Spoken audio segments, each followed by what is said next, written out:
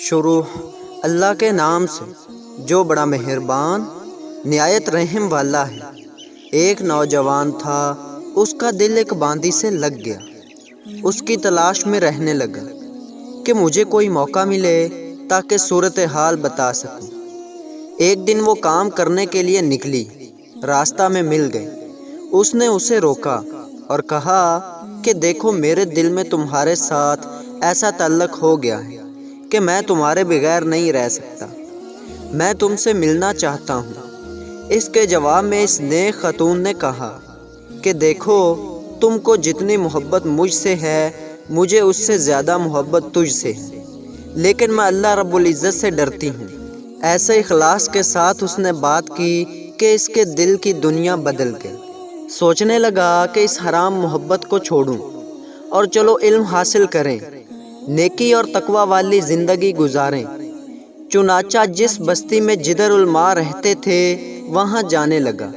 راستے میں ایک بڑے میاں مل گئے۔ باتوں سے پتہ چلا کہ دونوں کو قریب قریب جانا ہے۔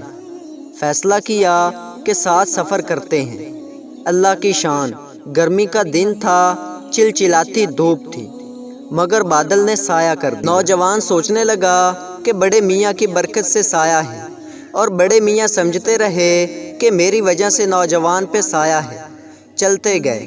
اللہ کی شان کہ جہاں راستے الگ ہونے تھے تو کیا دیکھا کہ بادل نوجوان کے ساتھ سایہ کر رہا ہے۔